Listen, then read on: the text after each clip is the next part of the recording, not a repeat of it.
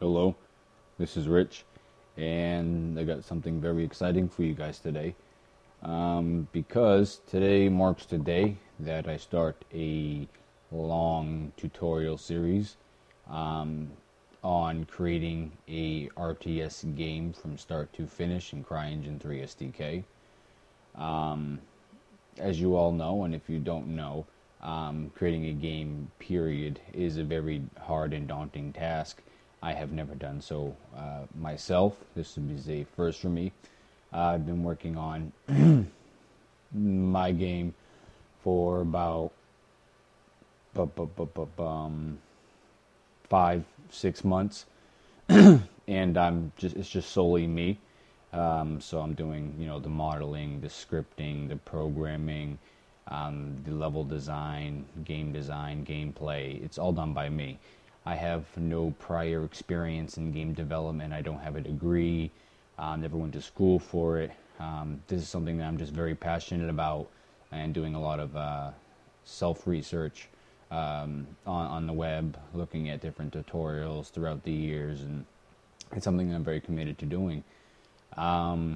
So just want to give you guys a little bit of hope that you don't need to be any developer. You didn't need to go to school. I mean, obviously those things help, those credentials help, but all it really takes is a passion to work hard, a vision, and determination and hard work to make a game.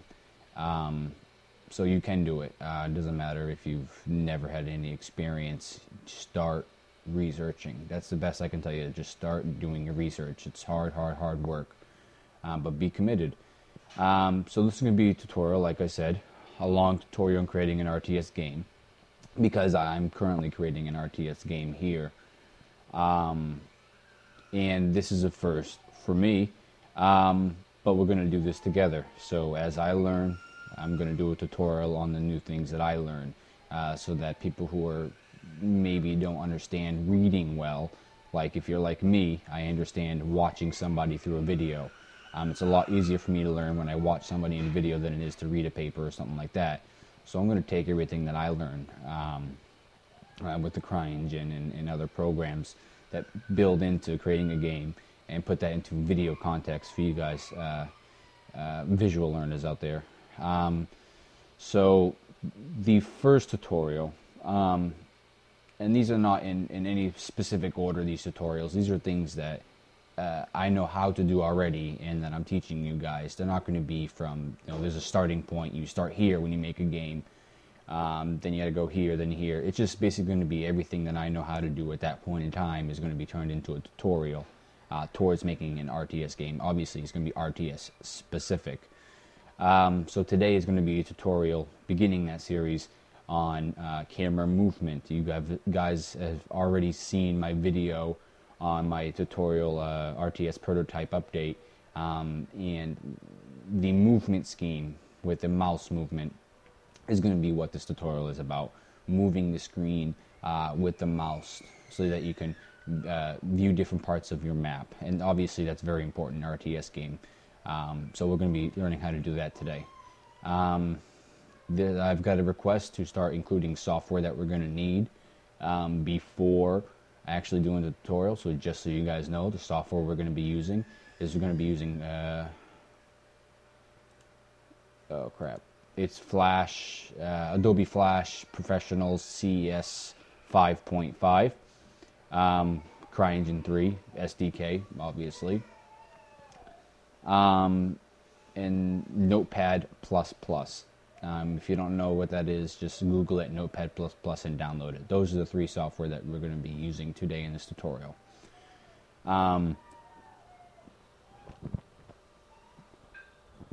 First of all, we got to get started with the UI, because I've tried a long time to get the movement with the mouse on the sides of the screen to work in flowgraph, alone.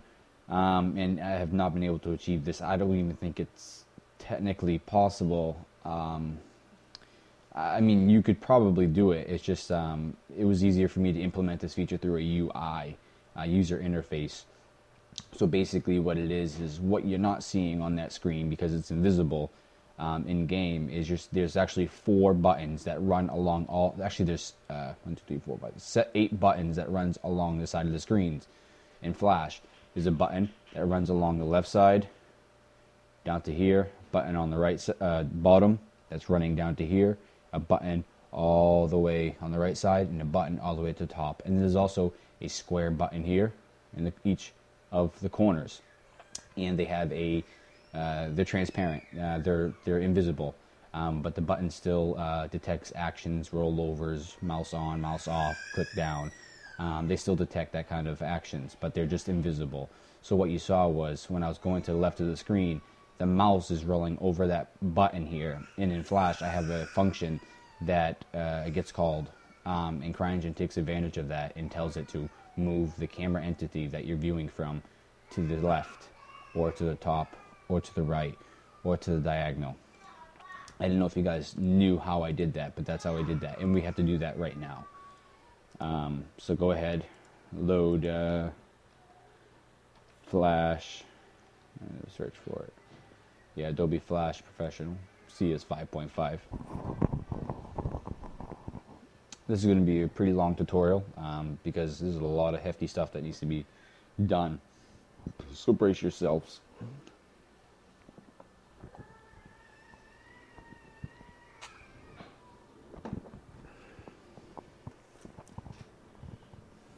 I would like at the end of this tutorial, after you've watched it, or even before you've watched it, leave a comment letting me know if this is something that's interesting to you guys. Because if it's really not interesting, I really don't know if I want to do it, because I don't want to be wasting my time.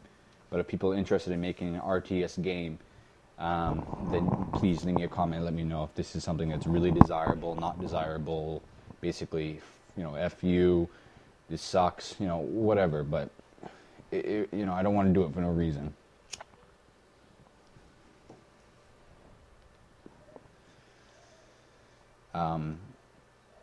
Just so you know, I do plan on this going for a very long time. I've seen tutorials where they start doing something like this and then it stops. This is not going to be the case because I am doing a game that I'm very passionate about creating, and the tutorials are going to be based on what I'm doing, and I'm not going to stop what I'm doing. So continue trial. I'm going to open up. This is not a scale form tutorial. I have already done this before. So everything that's part of the scale form part right here, you guys have already learned. So I do not need to go over it. I just want to show you my setup.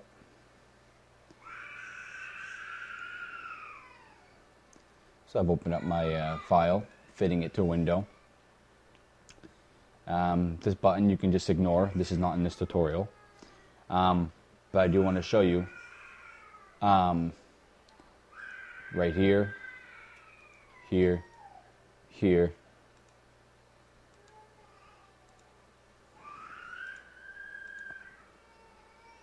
all along the edge like I told you.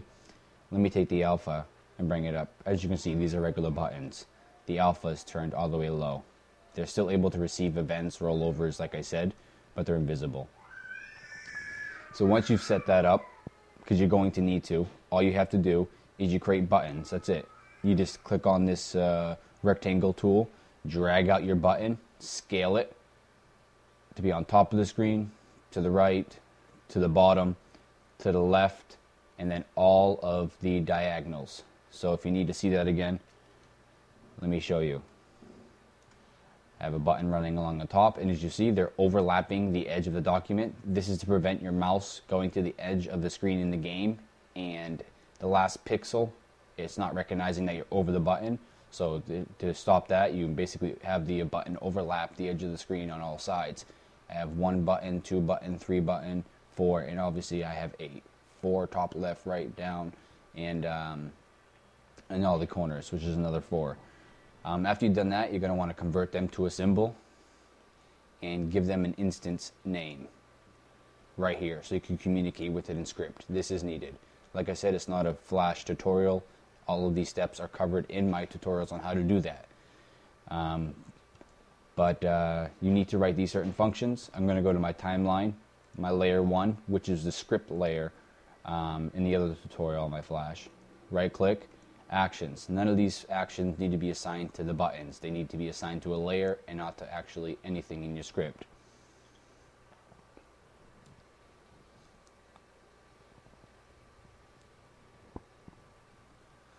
This is the script for most of this. You say, well, it's a lot of script just for that little thing. To be quite honest with you, most of this script is for this little button right here. Actually, most of it's for that, so don't worry. The only thing you need here is you need to make your own functions, because when the mouse rolls over each part of the screen, you want it to activate a function.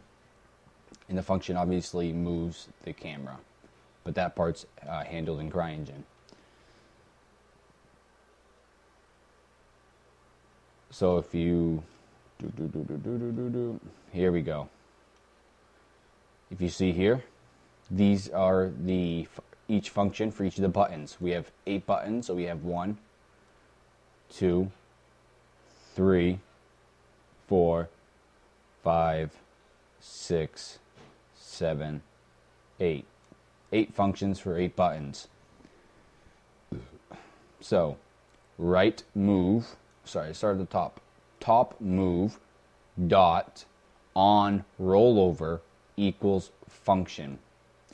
The function does this. FS command top move. Again, this is covered in my earlier Scaleform Flash tutorial.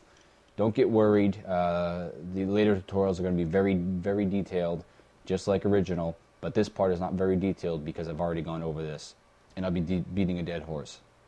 So, just to clarify, this is top move, because it's the top button here. If I click on this, its instance, if I click on the top button, its instance name is top move. That's why I have it top move. So, when we mouse rolls over the top move button, it does a function, and that is send an FS command to Cryengine. And the FS command in Cryengine is named top move. This name right here is user defined. It doesn't have to be the name of your instance or your object. It's user defined. Usually it's descriptive of what your function does. I want to move forward. This is right move. I want to move right when I go to the right button. All I did was I did the exact same function 8 times. But in each function I just referred to the proper button. See, right move instance, bottom move instance, left move instance, and I named them accordingly. Again, these are user defined and they're whatever you want. But usually you want to name the FS command something that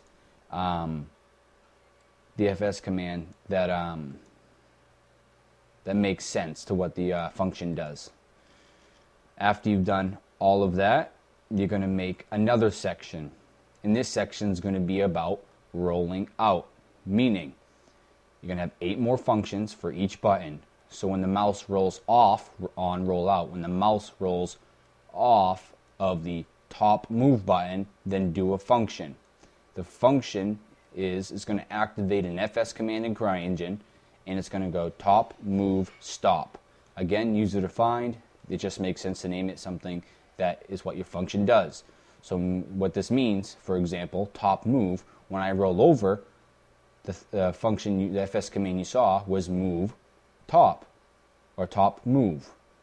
But when I get off of the button, I want it to stop moving. The actual functionality for this moving the camera and stopping the camera is actually done in flowgraph, not in Flash. You just need Flash to tell it that you have a command that you want to execute. And then in Cryengine, you would access this top move stop function and then use that to activate your moving of the camera, or stop moving of the camera. So there we go. You can basically look at FS commands, and this is covered in my other tutorial on Scaleform. So what FS commands, you can basically look at FS commands as functions that Cryengine uses specifically.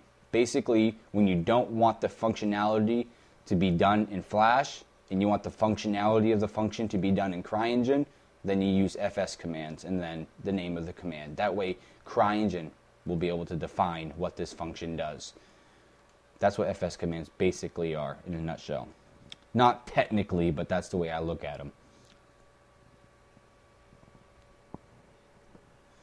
So we have 8 buttons, 8 functions. Right move on roll out. When the mouse rolls off of the right move instant or button, do the function. FS command, right move stop. Stop the movement of moving right. Again, that's all we have to do. That's it. I have 16 functions. 8 functions to move in all the buttons and 8 functions to stop moving from the buttons. After we've done that, that's all you have to do. Set up these buttons, write those functions I just said, file, save, then publish. And I highly recommend you view my Scaleform tutorials in order to follow this.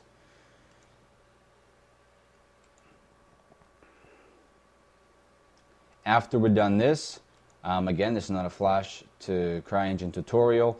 You're going to need to look at my Flash tutorials, and they explain how to register your element, your Flash element, inside of Cryengine. Meaning setting up your functions that should be accessible to Cryengine, setting up your variables. Just a hint, in this specific tutorial, you're not dealing with variables. You're only dealing with those FS command functions. You're going to need to register those in Cryengine, the XML document, in the UI elements folder. After you've gone ahead and you've done that and you've registered it, go ahead and open up Cryengine. Now Cryengine will be able to recognize those functions in the Flash file and the Flash file itself. I know it sounds like I am beating a dead horse, but I've already done this tutorial in a separate video. So I mean this concept of Flash to Cryengine in a separate video. Just follow that exactly and you'll know exactly where you're supposed to be.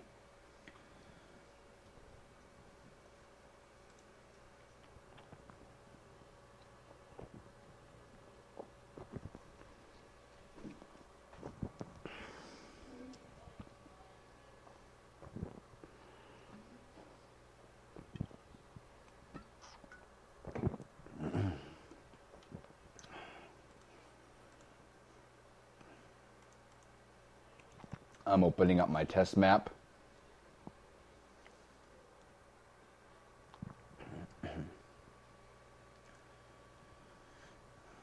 Then I'm going to be needing to refer back to my original flow graph on doing this, as there's a lot of nodes that I'm not going to remember on the top of my head. I'm going to need to look back at my old flow graph. I have 3D enabled for some reason. I enabled it once to do 3D on my TV because my TV is a 3D TV. And then every time I uncheck the 3D mode and save it and exit, every time Cryengine boots up, it puts it in 3D mode, which is stupid. But, okay. You guys have already seen, obviously, the implementation on this. Get rid of that. Get rid of that.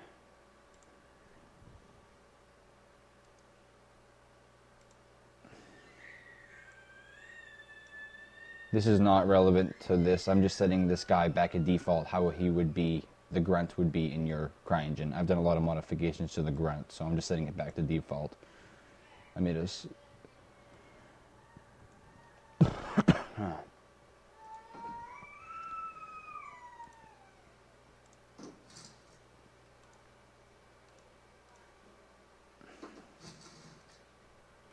Okay, so obviously you guys are aware of this system.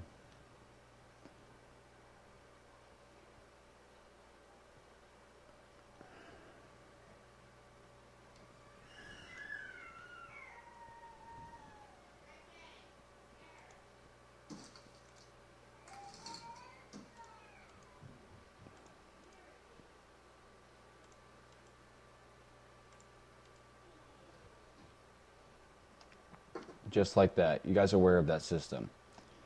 Now, I'm going to show you the flow graph for it. I'm not going to explain it really in depth. I'm going to explain it when we actually get into the flow graphing of it.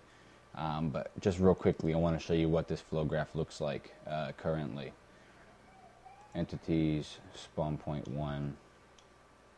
The actual selecting of entities is in this section right here.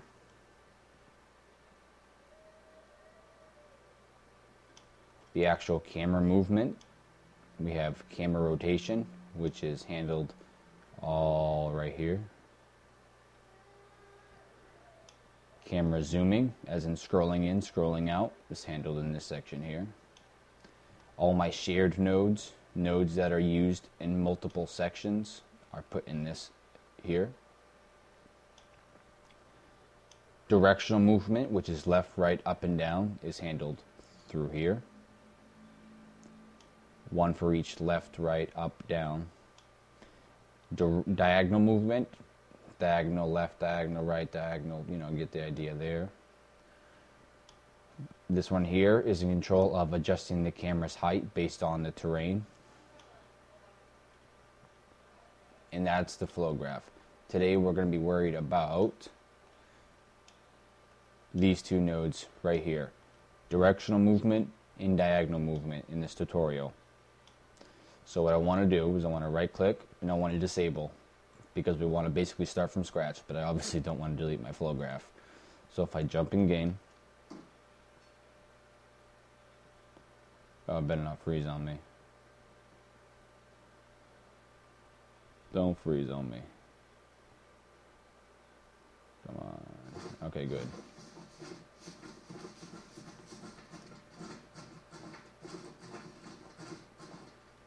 Just like a regular game, except for the gun. I told the engine to hide the gun, which is done in game edit equipment packs, and then go to single player and just take away all the guns by clicking on the item, then moving it over to this section right here.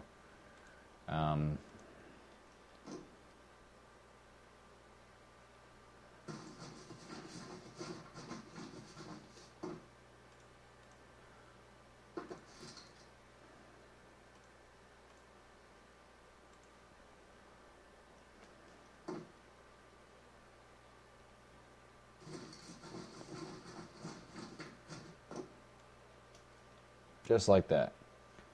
So now we're going to start from scratch. Okay, first thing you're going to want to do is you are going to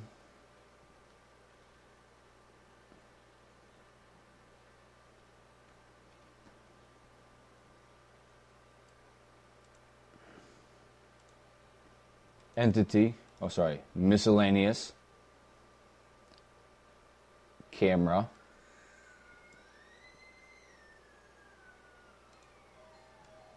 and you're going to drag a camera here into that. You're going to take the camera, you're going to place it up at a height that you see fit. Then you're going to rotate it along the x-axis down by 45 degrees, and you can see how much degrees I'm rotating it by. Right here, negative 45 degrees. That way you have a nice angle, just like that at your screen. Okay, after you've done that, it's going to be very simple. Let me jump in game. You're going to notice that obviously I'm right here, not at my camera. So what you need to do here is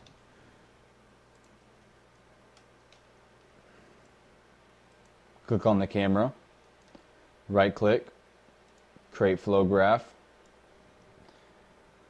RTS tutorial. You can name it whatever you want, just like this. Inside of this, because we created the flow graph on the actual entity of the camera, we need to right click, add graph, delete, add node, entity ID. because we're going to need the entity ID of our camera. So once we get that node here, we're going to right click on choose entity and assign graph entity. Now it's going to output the entity ID of our camera. So this part here is assigning our view as the camera, or basically our player as the camera. So we're going to right click, add node, camera, view. Once we've done this, this camera view node accepts an entity input, which lets it know what view, what entity you want to use the view of. Because the view of this camera looks like this, we're going to assign this camera to this view. So we're going to have the view that the camera sees. And we're going to output the ID to enable it. Oh, sorry, my bad. I'm going to output the ID into the choose entity. So now the camera is assigned to the camera view node. That way, you're able to use the camera's view to see things. Leave everything else at default. We're going to right click, add a start node to let it know we want to use this camera view after we've set it up. So when we start the game in the editor and in game, we want to enable the camera view. So that way we can use that camera view. So let's go ahead and exit out of that. Let's move over here. You can see my camera's right here. Let me control G to jump in game, and as you can see, I am right where the view is. I can't do anything, obviously, but I'm right where the camera is. Okay. Second thing we need to do is we need to make sure that our player character is hidden as well as linked to the camera, so the player follows wherever the camera is and he's not somewhere on the ground, because he's still there, he's on the ground just like you normally would, but your view is up top. So we need to hide him and make sure that he is located exactly where the camera is. That is done through a node called add node game player link. So when we start the game, we want to link something. What do we want to link? Well, this game player node already knows that you want to link the player to something, game player link. So it already knows who you are, and it wants to know who do you want to link it to. Well, obviously, this target equals 0 right here. It takes an entity ID, an object's entity ID, just like this camera entity ID, which the ID represents the actual object. We want to know what we want to link the player with. Obviously, we want to link the player with the camera. So the target of the link of the player is going to be the camera. Draw player. This is where we can set if it's hide, if he's show, or if you don't change his current, visibility. We want to hide the player. Everything else can remain default.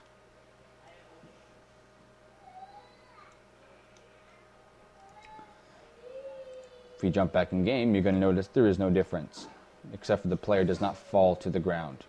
You didn't hear a clunk. When you jump back in game, don't hear a clunk of him falling to the ground. And he's hidden.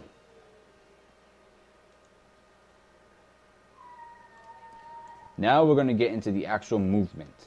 Because we are an actual entity, because you can consider our player now as the camera. The camera is actually a physical entity that's in the world. So in order to change your view, you're going to have to change the rotation and the position of the entity. You're not changing a view, you're changing the position and rotation of an entity. And that entity is what you're viewing your view through. So that's how it works. We have a physical objects that we can actually move around into the world. So now that we've set up our view to actually be in that view, let's set up some actual moving.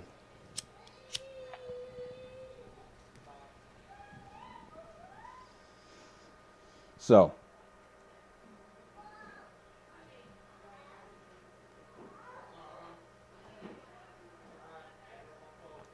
at this point in time, in order to get the movement working with the mouse on the edges of the screen, you're going to need to use your UI, because you're going to need those buttons to be on the screen. Obviously, they're going to be invisible, but you still need to have a UI on the screen so that those buttons can be there, so that you can actually run functions that actually moves your camera.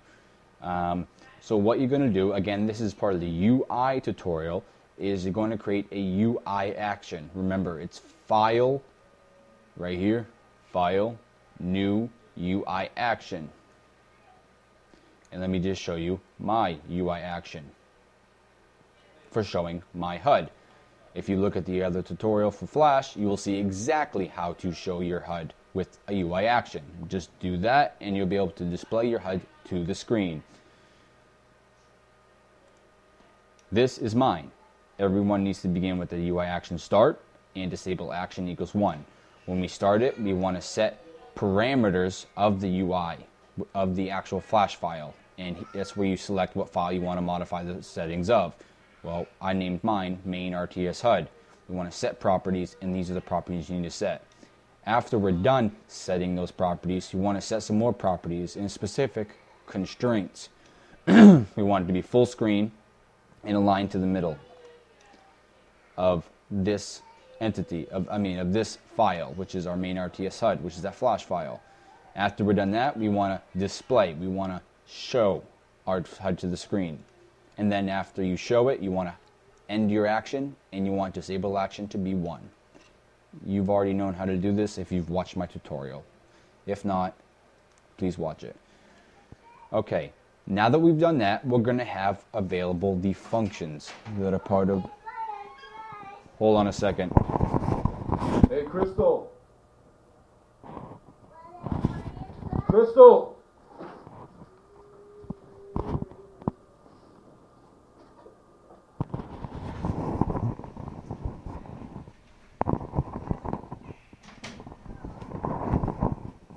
Alright, sorry about that, guys. I had to get the door closed. So now we're going to have those functions that we programmed in that Flash file available to us in flowgraph, like the on mouse roll over and on mouse roll out. We need those functions to activate the moving.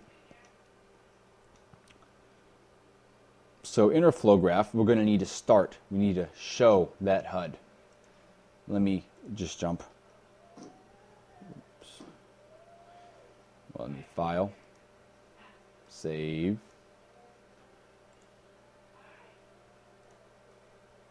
export to engine. There's no reason my HUD should be showing because I've disabled my flowgraph. So I'm going to restart Cryengine to see if that fixes the issue.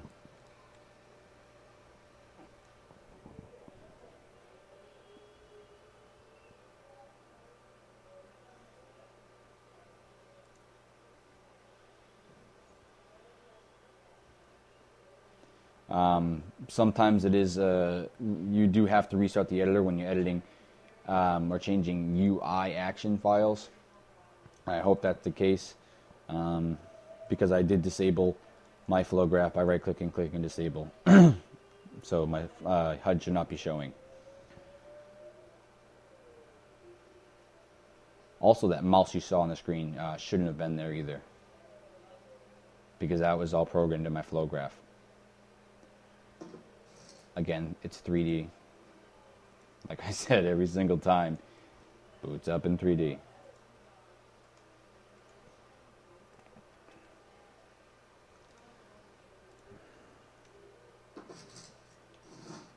Okay, I restarted the editor as you saw and everything's fixed. I don't have that mouse on the screen and I don't have my HUD showing at all. That's exactly what we want.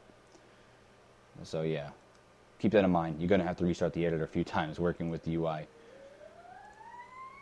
In the camera, now we need to show our UI. And if you remember, we had that in a UI action. Remember UI action that we created? Main RTS HUD start. And we need to start that. When we start the game, we want to show. But that show function is located inside of the test, is located in the main RTS start UI action. So we need to start that UI action to show the HUD. So when we start the game, we want to show our HUD. So we want to start that UI action that shows the HUD. So add node, UI, action, control. This is what starts your UI actions. So when we start the game in editor or in the game, we want to start a UI action. What UI action do we want to start? Well, we defined that here. We want to start our main RTS HUD start. Just like that. So if I close out of this, jump in game, I now have my HUD showing. And I also have those buttons that you see here. They're just invisible, just like it was in the flash file. So now we need to take advantage of those button functions to move the camera.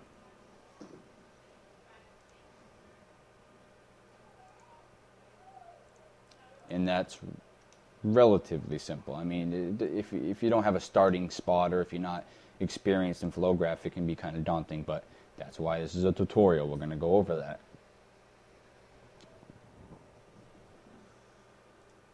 So we want to get those functions that we had. So you're going to just want to add them all right now.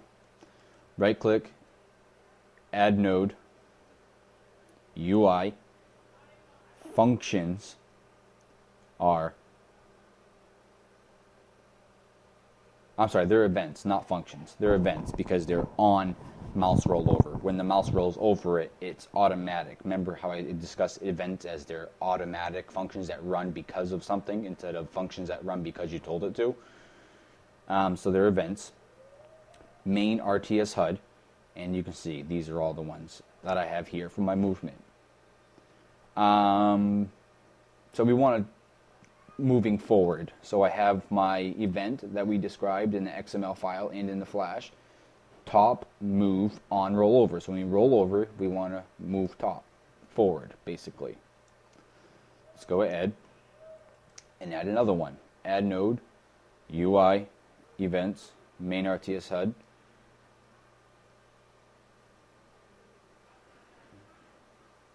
Bottom, move, on, roll over. See, these are all basic events that you have access to now in flowgraph. Add node, UI, events, main RTS HUD, which is your UI element, and these are the events that are described in that UI element XML file.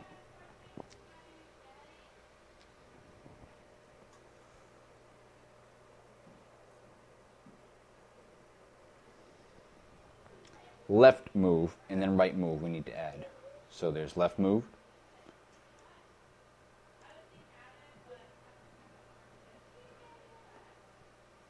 and right move. So now we have top, right, up, and down. Let's move these out of the way so they're not confusing to you guys, or to me either in that matter. And let's just keep the top move so we can work on moving the camera up top first. So, as you guessed it, when the mouse rolls over something, it outputs this. This on event gets outputted every time the mouse rolls over this top button. The top button up here. This event gets pushed out. So, here we go. You don't need a node starting this because it's automatically outputs whenever it detects that you're over the button, the top button, because it's top, move, on, roll over. So now we have to do the movement. So let me go to my thing here, just so I can see how I had this. Bum, bum, bum, bum, bum.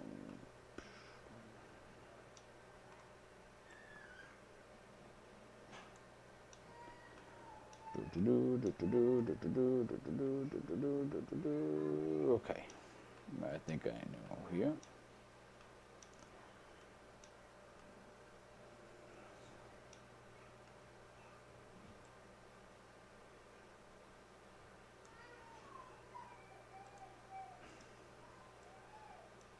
We need a add node, entity, entity, position. Because in order to move something in a direction or so, it needs to know where the entity is in the world, because it can't move something if it doesn't even know where the entity is. So that's why we have an entity position. It gets the entity, the position, rotation, and scale of that entity. So in order to move, you obviously need to know where the object is. So we need an entity position node. Just like that. Add node, vector 3, set vector. And I'm just going to pull out a couple nodes here, and I'm going to describe exactly what it does. So you guys get every single node and know what it's doing, what its general purpose is, and what it's doing specifically for this flow graph we're making. Add node, logic, any. You guys know what the any node does. I described that in my one of my UI tutorial. I'm just taking the rotation of the position, putting it in the logic any1, and I'm putting the rotation as well inside of the input of the set vector. Just like that.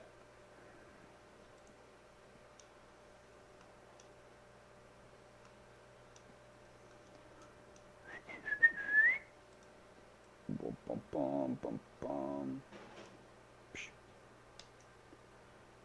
Make this a lot easier.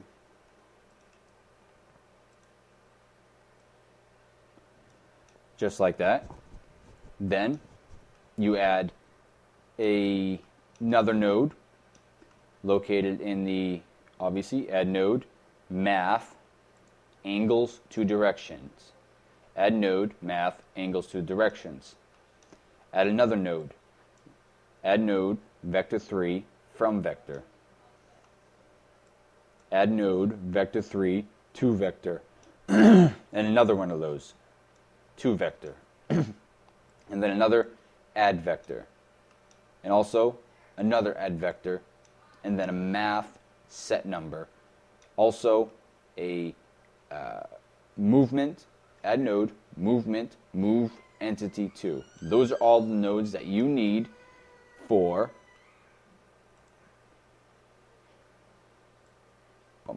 move this out, just moving this up so it's not confusing. So we just work with this. Just like that. These are all the nodes you need, so just drag them all out. Just get them all ready.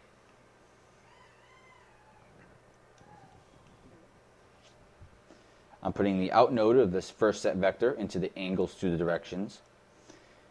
I'm taking this directions here, the direction, putting it into from vector so that I can get a x, y, and z into individual x, y, and z outputs. Then to vector. Now I want to explain something to you. We are moving forward. We're moving forward on the screen. Obviously, a coordinate system says y is forward, or in Cryengine, y is forward. If you look here, y is forward. Y is forward. So we're going to need to output the y value inside of y, because we're only going to need the forward direction of the camera because we're moving forward. Now we only have vector 3 with y information. Then we're going to add that y information to this other to vector. This is not needed for this tutorial. It's just there because you do need it, but not for this tutorial. So you're going to add that y information. See, vector add, you're adding that x, y, and z, or just y information to another vector. This will be a vector z that you're going to be adding to it. So this will totally equal 0, whatever the y information is, and then whatever the z information is. That's what this is going to hold after it adds them together. And I'm going to explain all this, don't worry. Then I'm going to take the y position, because that's all we have here, is the y information, right? I'm going to take the y information of the rotation, and I'm going to add it, see, add, and add it to the actual entity's position. Before here, we took the rotation. Now we're going to get the position of the entity. So we're going to add the position of the entity to the y rotation information. And we're going to explain this, like I said. This set number is only needed for this speed, but we don't need that right now. I'll go over that later. So after we've done this, we now have a position, an X, Y, and Z, where we want to move the entity to. On this move entity to node, you're going to add the camera entity because we want to move an entity. What entity do we want to move? We want to move the camera entity. And because we assigned this flow graph directly to the camera entity, it's going to be graph default entity here. Destination is where the camera is going to move to. Where's its end position? We know its start, but where's it going to end? Obviously, this is where it's going to end. This is the position. Dynamic update needs to be 1. Speed of 30 is fine. Just like that. Now, even though it has the position and destination, it already knows that information, it's not going to move your camera until it starts the process. This will start the movement, and this will stop the movement. So if something comes into here, it hits that, it will start the movement. So he'll go from where he currently is to this destination. If something triggers this stop, it will stop him it moving altogether. When do we want to start? Because we already know the position we want to move it to, but where do we want to start? When do we want to start it? Oh, obviously when we roll over. When the mouse rolls over that top button, we want to start it. So on event. So when the mouse rolls over that button, remember I told you it outputs out of this. So when the mouse rolls over, we want to start the process. Right click, add node, UI, events, main RTS HUD.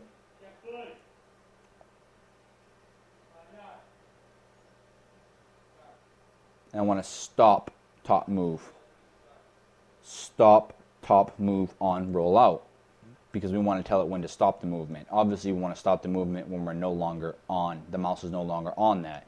That's why we had to stop top move on rollout. So when we mouse rolls out of that button, when it rolls off that button, we want to output an event. And when we do that, when we roll off that button, we don't want it to move anymore. So we're going to stop that. So let's go in and jump in the game to see what happens. After that's, hold on. After that happens, I'm going to discuss what this actually does. First of all, I'm going to save it. Jump in game, and let's move the mouse up. It goes in that position. We roll off. We roll like that. We roll off. We roll like that. We roll off. We roll like that. We're obviously going in the wrong direction. You saw that. We're supposed to go forward, not diagonal. So let's go back in flow graph, because I believe I made a mistake. Dum bum bum bum bum bum bum bum. Oh, I did.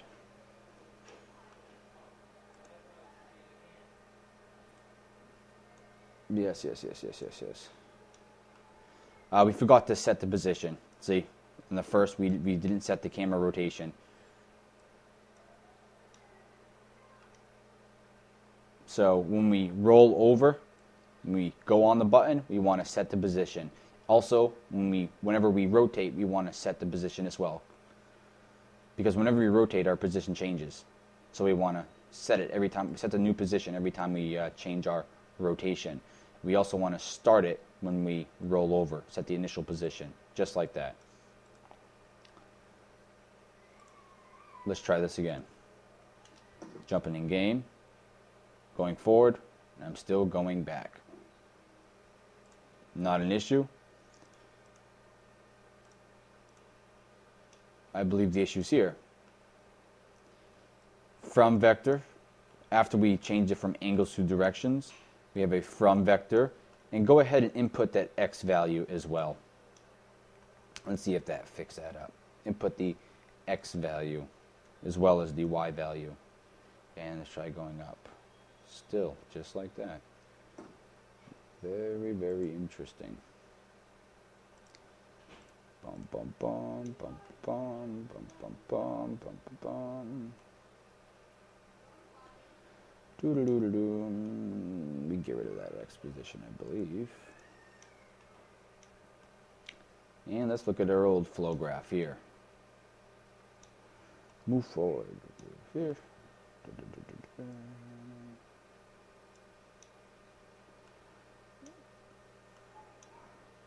Put the X and Y. Turn and.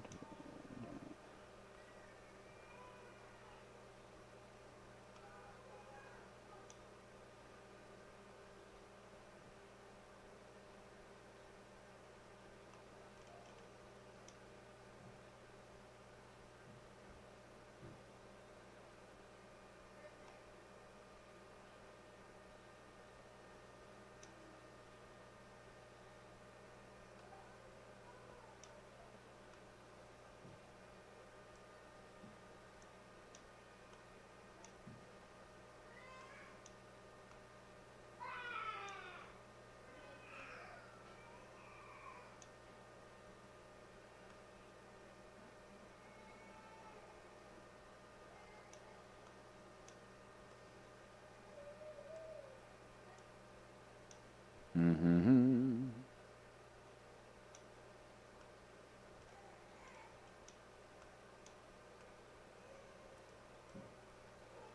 Huh. Everything seems correct. Oh!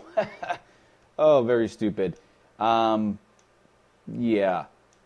What ended up happening was we didn't choose an entity to get the position of. Obviously, on the entity position, we want to get the position of our camera because that's what we're moving. So right-click, add graph default entity, just like that.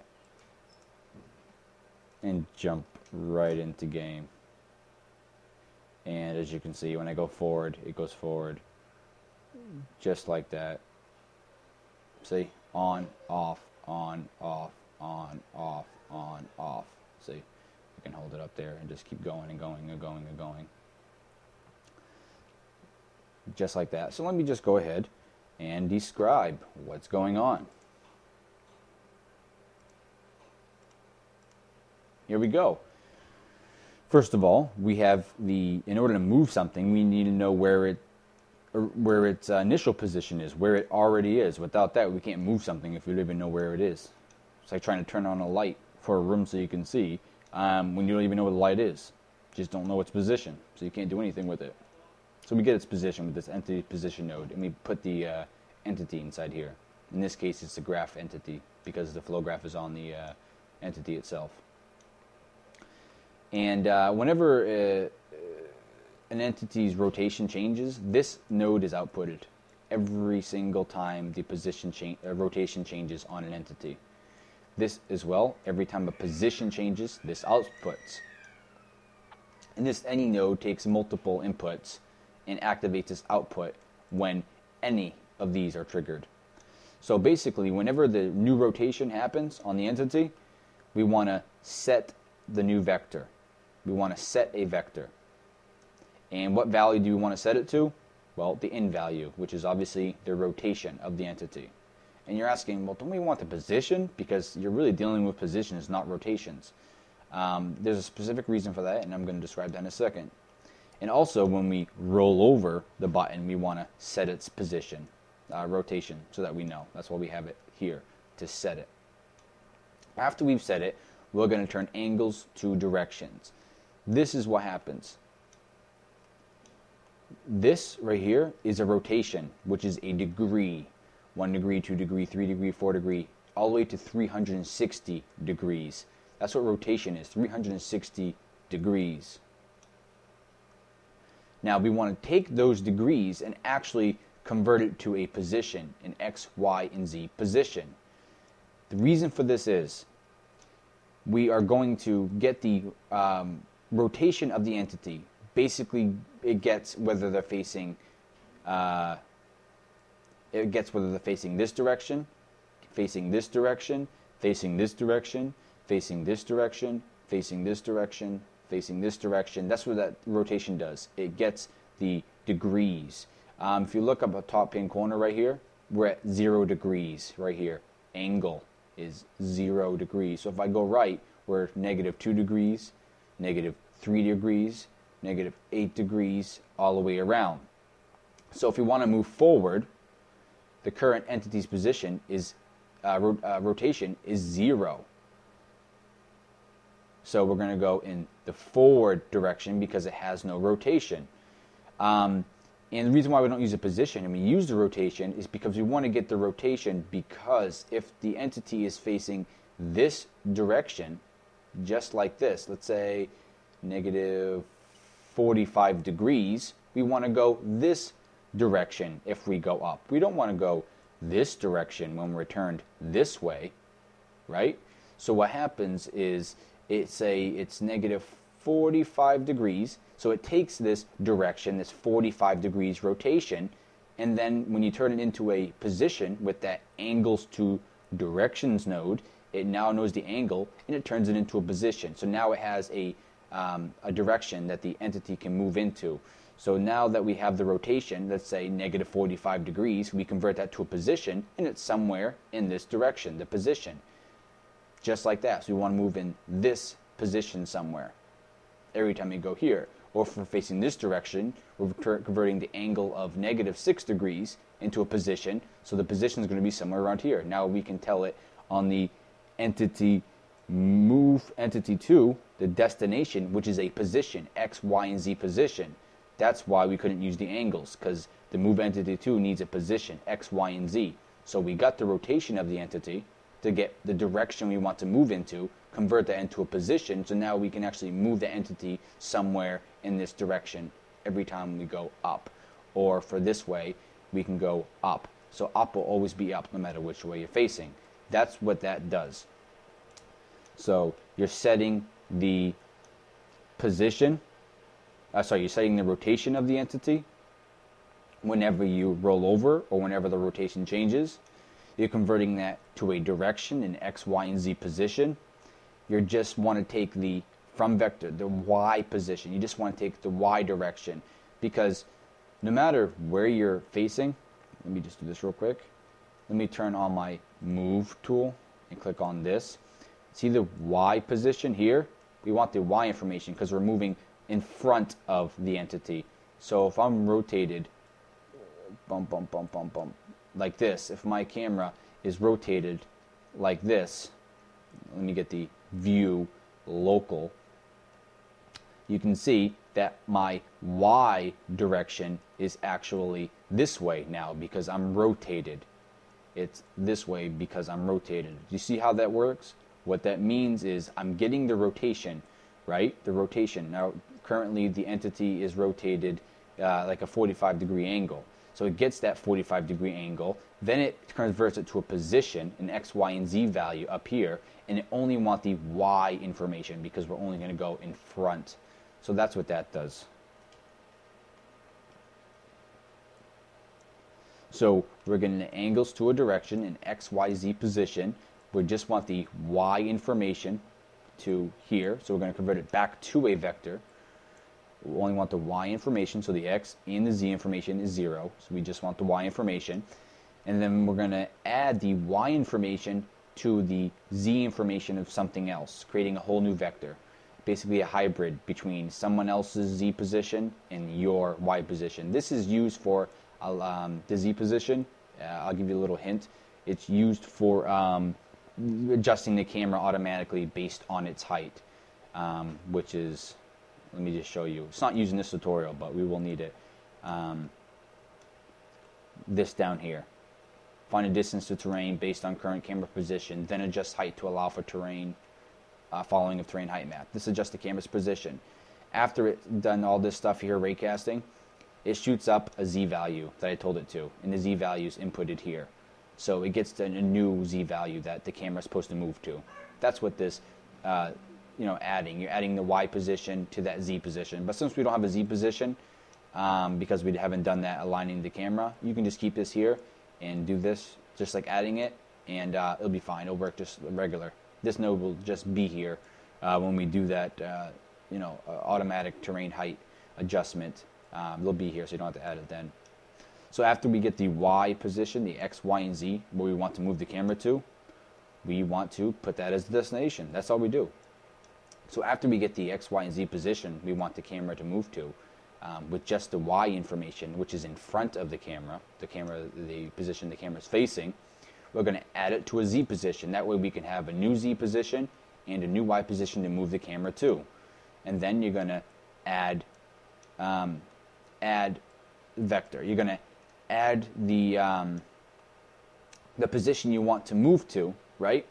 Plus your current camera position. So if you follow this back, we have the current entity position, right, where it currently is, plus the direction you want to move into. So now you get a position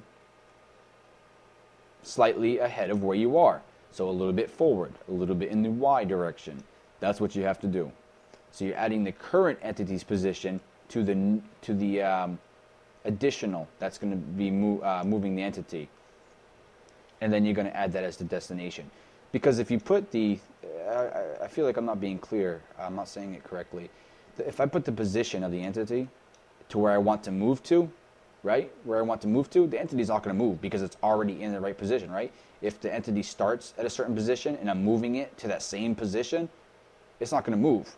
So I'm taking its current position, which is, let's say if its current position is 100 in the Y direction, if it's 100 in the Y direction, and I want to go to 101 in the Y direction, basically moving it 1 meter forward, this would be the 1 meter.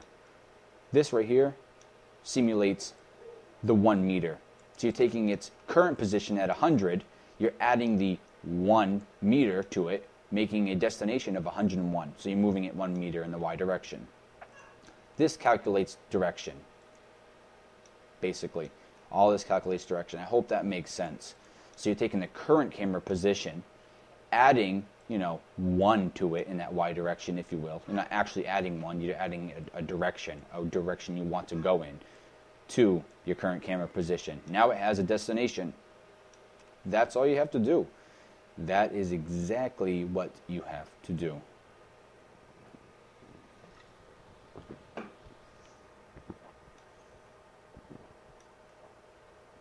And you saw how that worked. You saw how that worked. So let's go with the next one. You move forward. Now let's move back. Forward and back are the easiest to do. Left and right have one extra node that you need to use. So, HUD bottom. Move.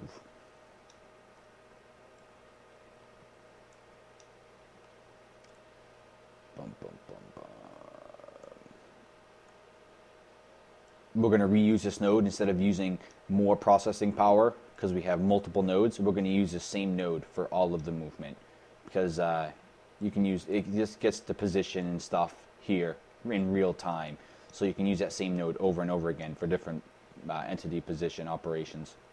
Instead of making multiple copies of this for each one, you're just wasting performance. So just use one of these. It'll work. Since these are the exact same thing, we're going to copy.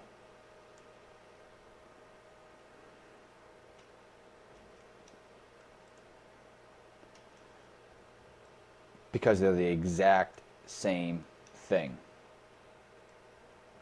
Let's just rehook everything up like we're supposed to. Remember, when we roll over the bottom button, right, we want to set our vector, our rotation of our entity. So the rotation of our entity is going to be the value. And when do we want to set that value? We want to set it when we roll over and whenever the rotation changes. So now we have the rotation in degrees of our entity, basically the direction our entity is facing in the Y direction. So now we're going to convert that to an X, Y, Z position so we can move our entity. Then we're going to take that from, right, our from vector 3 to get individual X, Y, and Z coordinates.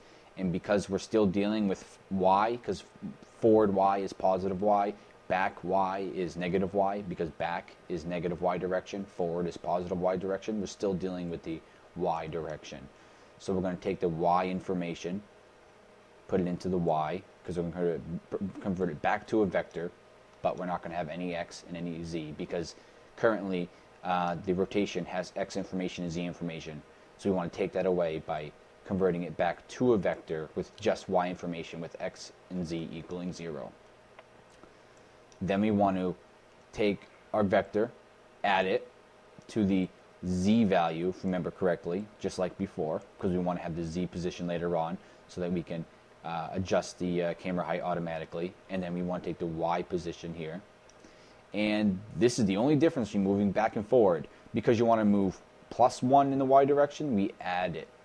Because we want to move -1 now in the negative direction, because we're going backwards, we just subtract vector. So go ahead and delete this, add node, vector 3, sub vector. We're going to subtract the vector.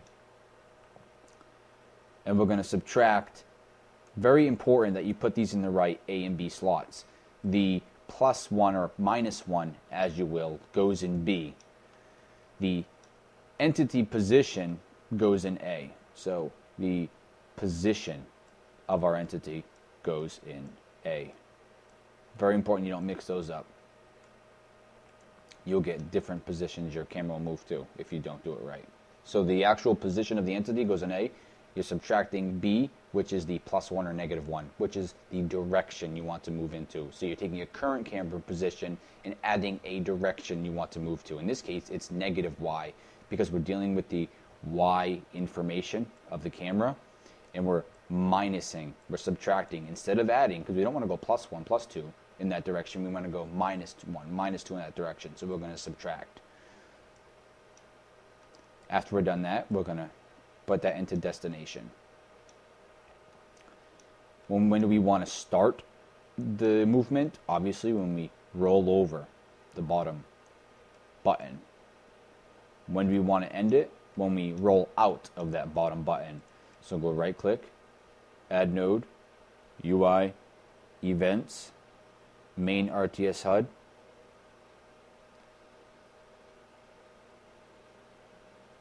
Stop bottom move on rollout. Because when we roll out of the bottom button, we want to stop the movement. We don't want to move anymore. So let's go ahead and try that out.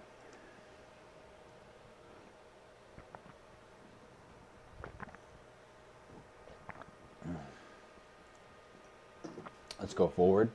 We go forward. Let's go back. We go back.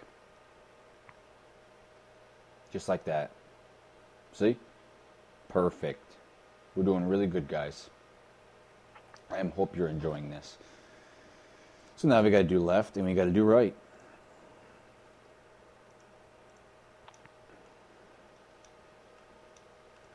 So let's do left right now. Left move on rollover. We can just, whoops. And left and right, remember I told you there is an additional step that's needed. And it's not going to be apparent in this tutorial why the extra step is needed, but when you get into rotating the camera in different directions, plus moving in a certain direction every single time, like remember I told you Y is forward, right? No matter if you're turning 90 degrees left, Y up is still up. And no matter if you're 180 degrees around, up is still up. That works for forward and back, but not for left and right. There's an extra node that's needed to keep that. Like if I just put it just like these, just exactly like this for left and right, I would. If I spawned a game right now, I'd be able to go left and right, up and down. But as soon as I turn my camera and try to go left, it's not going to be in that position anymore. It's going to not go left like you want it to. It's going to go left, which was the position. So say if I'm my spawning game, if I go left, it'll go left, meaning it'll go this direction. But if I turned 90 degrees in this direction and I was facing this way and I tried to go left, it would actually go forward because when I was originally in this position, that's how I set it up, left was this way. Left was this way. So if I'm facing this way and I go left, it's just going to bring me forward. Like I said, forward and back for some reason, actually, well, there's a mathematical reason for it, and I'm not going to get into it. But going forward and back will always work no matter what you're facing. Left and right always changes. Always changes. So you need to have extra node letting it know when left is always left and right is always right.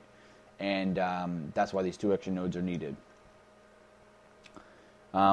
just so you know, all flowgraph work is original by me. I didn't do any tutorials on it. It's just me messing around for many months. So this is all original. If you like it, just let me know I did a good job.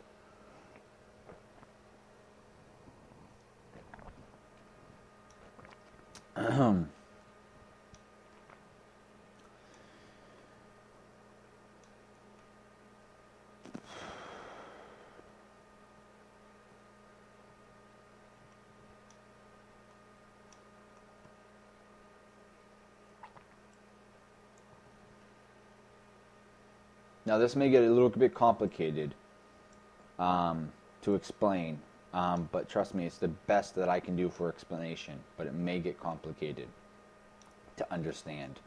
And I understand that, it may get complicated. So go ahead, remember, because it's exactly the same.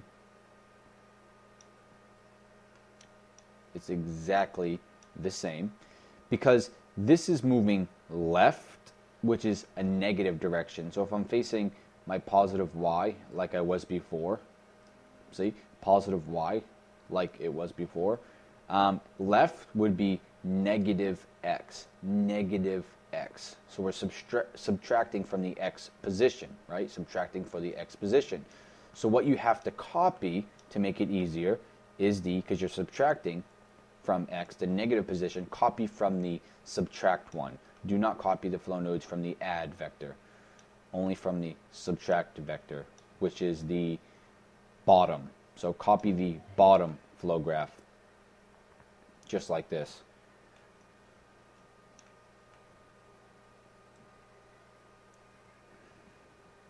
Bring this position up so I can work with it up here. So again, everything's the same thing. When we roll over it, we want to set the rotation of our entity. When we change the rotation, we also want to set the new rotation. Then we want to take that angle, the degrees, and turning into an actual X, Y, and Z position that we can move our entity to. Then we want to take it and convert it to a single X, Y, and Z position so that we can just take what we want. And in this case, we're not dealing with, Y and Z, we're dealing with X, because left is negative X, right is positive X. So we're going to deal with the X information. And because we're negative X, we want to move in the negative X direction, we're doing the subtract. That's what we needed to subtract. We don't want to move forward, we don't want to move more to the entity. We want to subtract from its position. We don't want to add X to its position. We want to subtract X from its position, because we want to move negative X. After we've done that, we're going to add the Z value, just like before. We don't need it now, like I said. And then we're going to subtract. Remember, the direction we want to move goes in B. The position of the actual entity, position, goes in A.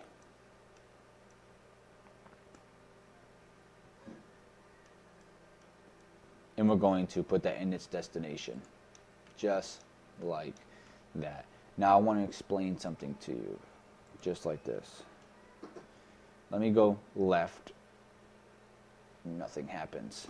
And there's a reason for that. I like to say I did it on purpose for a teaching lesson, but that was just a straight out mistake. I never told it when to start and stop.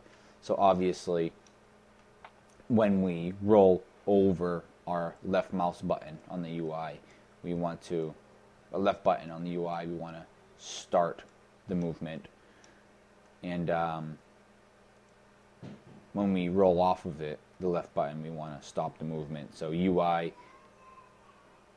events, main RTS HUD, stop left movement on rollout. So when we roll off, when the mouse rolls off of the left button, we want to stop. And whenever that happens, it automatically sends a signal out of this, which is going to stop the entity movement. Just like that.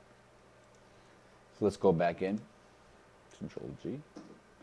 And let's go. Hello.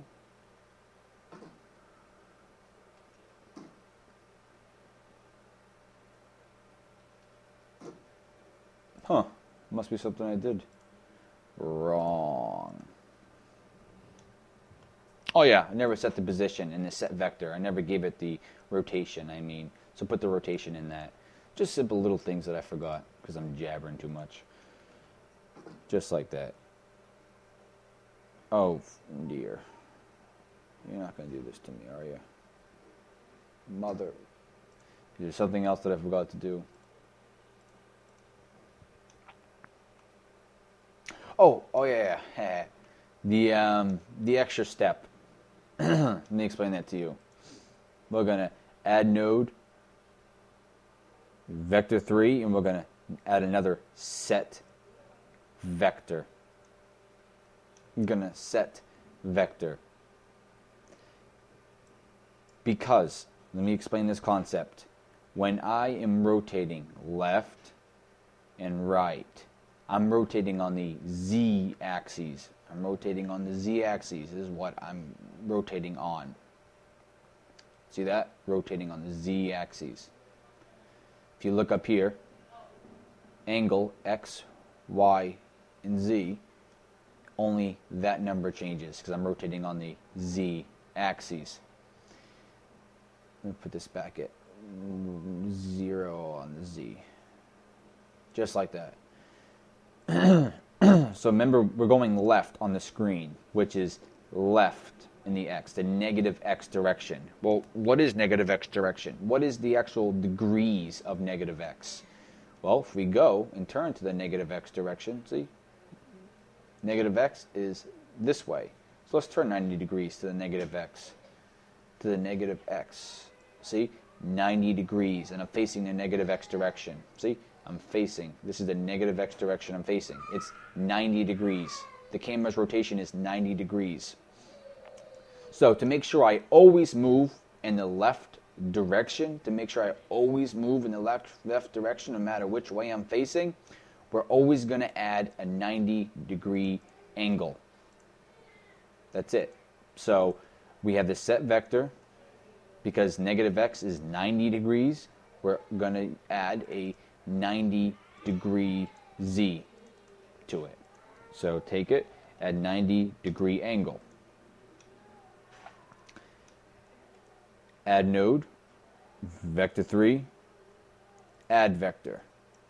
Before the angles to direction, because we're still dealing with angles, we're going to add our camera rotation plus an extra 90-degree angle all the time. Just like that. And when do we want to set it? Okay. We want to set it the same. Every time we set the the rotation, we also want to set the 90 degrees. So output here into here. Bum, bum, bum, bum, bum, bum. You've got to be f***ing kidding me.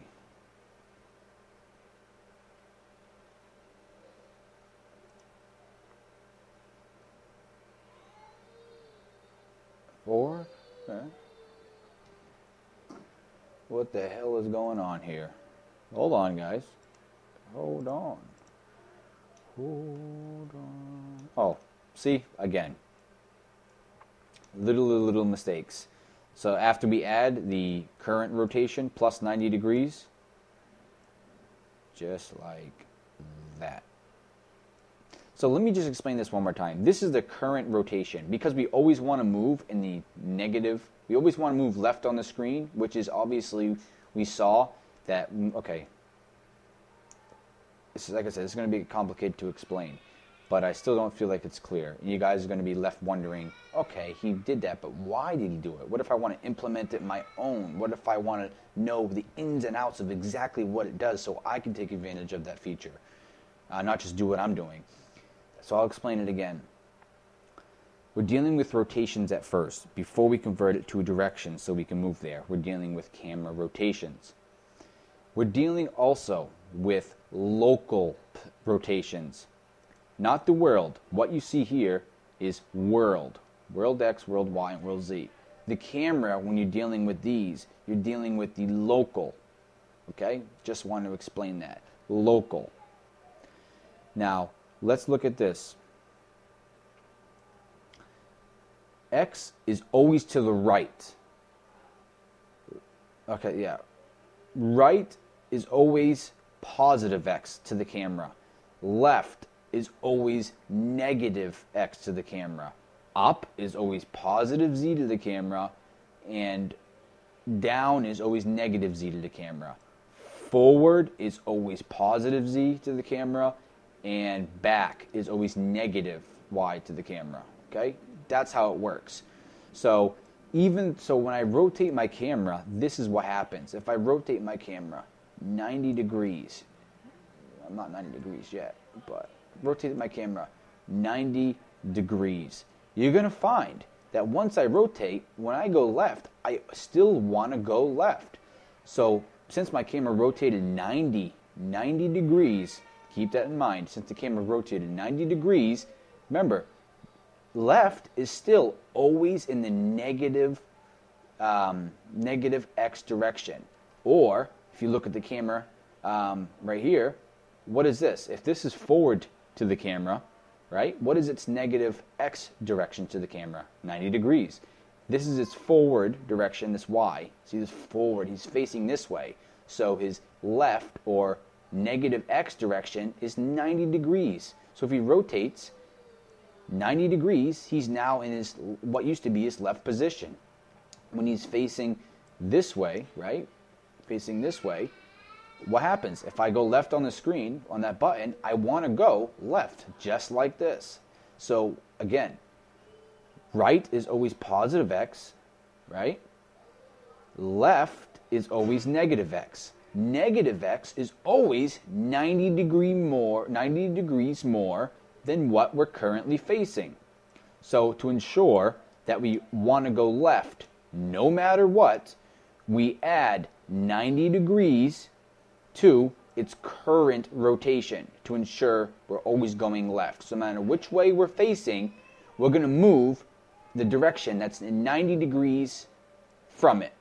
That's how we ensure we always move in negative X direction or left direction, because we're going to move in the 90 degrees direction. And in that case, it's always left of the entity, because 90 degrees is left of the entity. So this is basically setting where we're going to move to.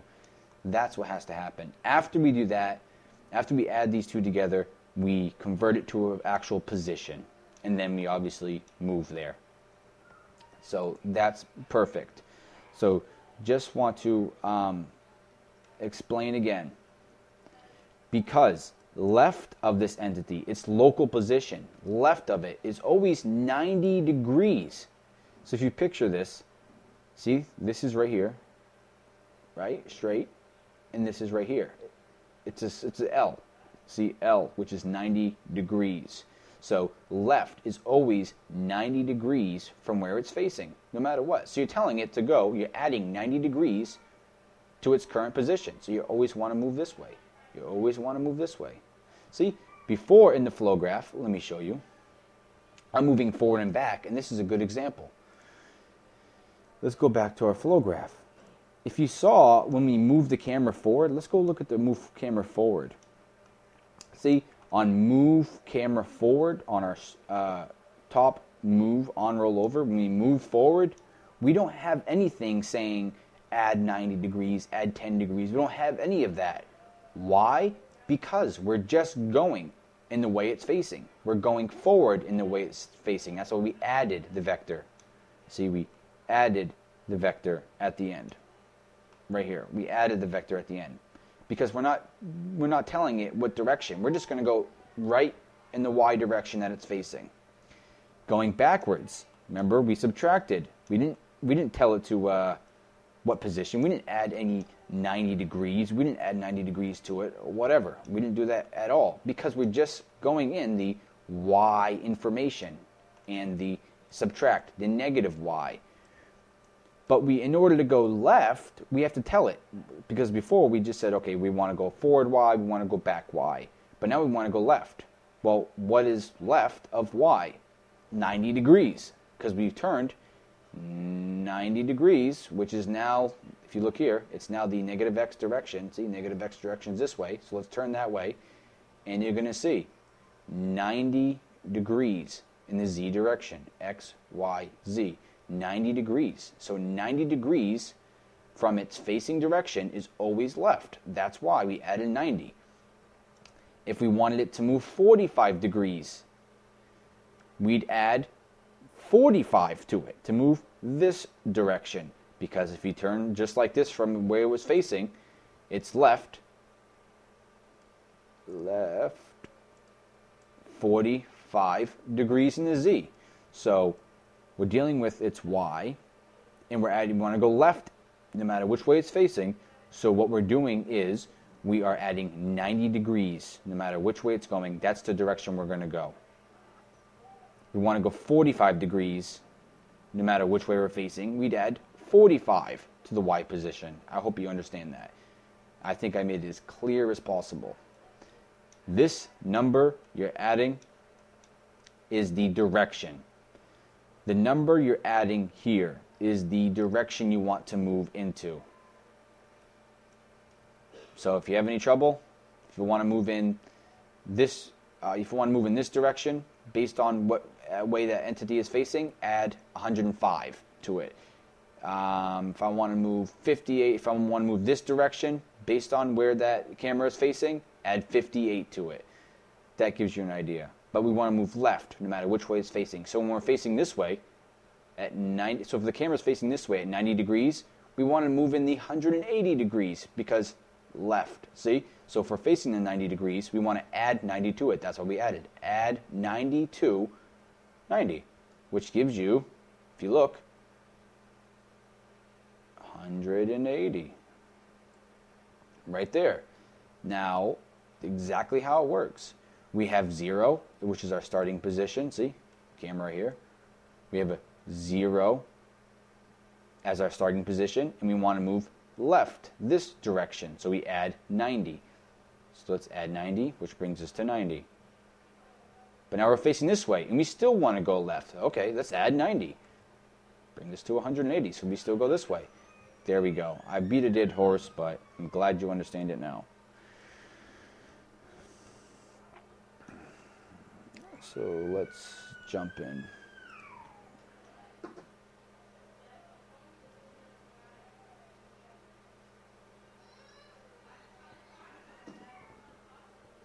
Okay, we went the opposite direction, and there's a reason for that as well. On this, remember I told you to take the one, on the set vector, 90. Actually, no, we can do it that way, but let's just do it this way. On the moving left, we're moving left. Instead of this sub vector that goes into the destination, make it an add vector. That was trial and error. So let's just make a Control C, Control V to make an add vector, and just substitute, see, B, just like this, right here, just like the sub vector.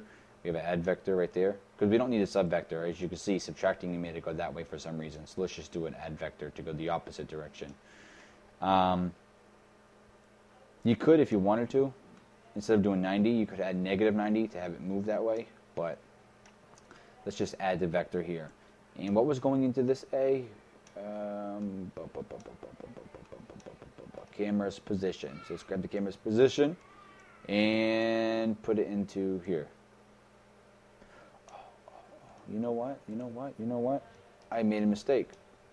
Instead of, keep this a sub vector. Go ahead and keep it a sub vector. I'm sorry, guys. Keep this a sub vector and just switch it.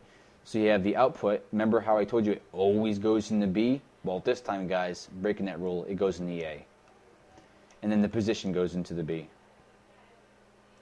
That would just revert it. If it was a negative, it would be positive. If it was a positive, it would be negative. So the position goes into the B. And it should work now.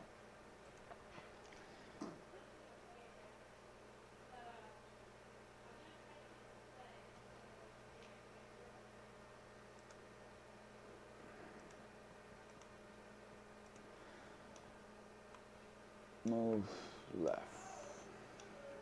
No, It is a subvector. You can't just switch out the ports. It needs to be a subvector. God damn it, I should have just stuck with that. Wait, that is subvector. It needs to be B. So put it back. The position goes in slot A, and then the direction goes into slot B. And what you can try is, yeah, that's what I did wrong. Negative 90. Instead of 90, it's negative 90. So if you get the opposite direction you want to go in, just negative it. Make it a negative number. So negative 90. Just like that. So let me jump back in game. Go negative 90. There we go. So in order to go right, what do? Positive 90. Just like that. Same thing, just positive 90.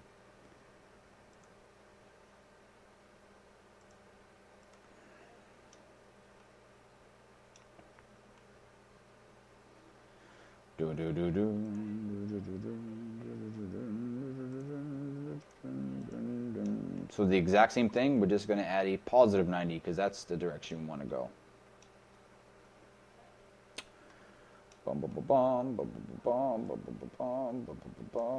Control C, Control V. Just like that. Let's go ahead and grab, okay, here it is. Move right, UI event. Move right, UI event. Just like that. So, let's grab the position so we can use it up here. Just like that. So obviously, we want to, again, when we roll over the right button on the UI, we want to, logic any, we want to set the rotation of the entity, of the camera, and want to set the thing we're going to be adding, the amount we're going to be adding to it. And whenever we change our rotation, we're going to also set those two as well. Instead of negative 90, we're going to add 90.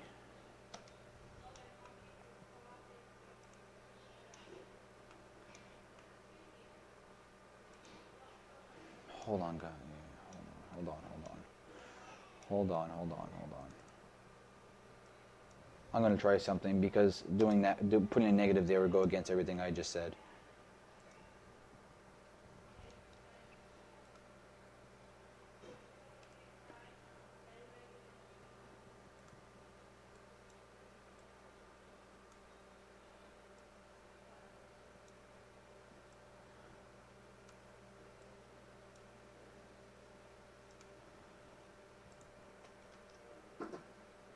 Okay, yeah. Perfect. So yeah, one thing I did wrong is instead of adding the current position to the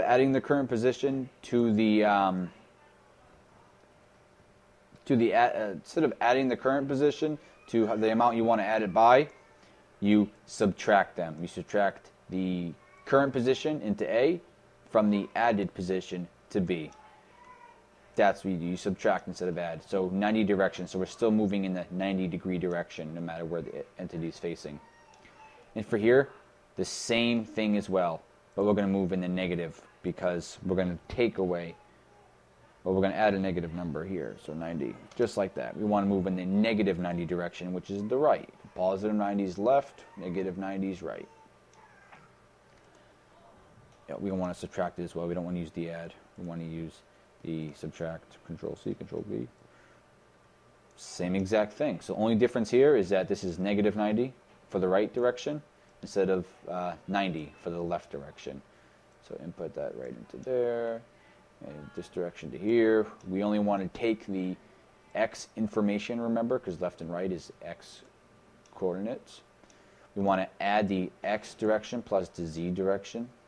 Z position.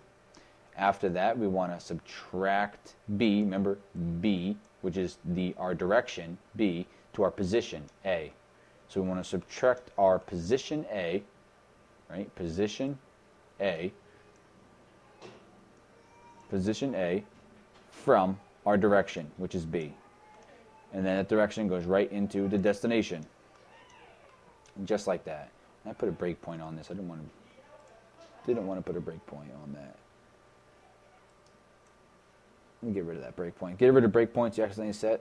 Go to breakpoints on this right-hand panel here, all the way to the bottom, and then remove breakpoint. Right-click, remove breakpoint. So there we go. We obviously want to stop this at a certain time. So this is right move on rollover. We want stop right move on roll out. UI, events, main RTS HUD, stop right move on roll out. Stop right move on roll out. Just like that.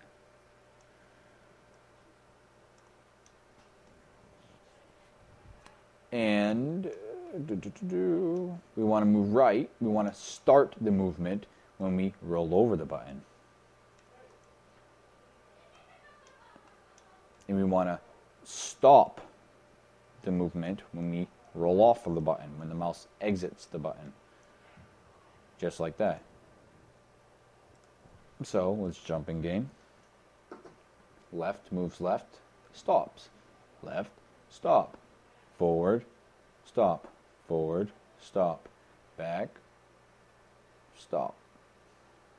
Right, stop. Right, stop. Well, that concludes the end of this tutorial. In the next tutorial, we'll go over rotation and diagonal movement. Rotation and diagonal movement, meaning moving diagonal, moving diagonal, moving diagonal, moving diagonal, and rotating the camera. Thank you very much, and I hope you enjoyed this tutorial. Let me know if I did a good job. Thank you very much.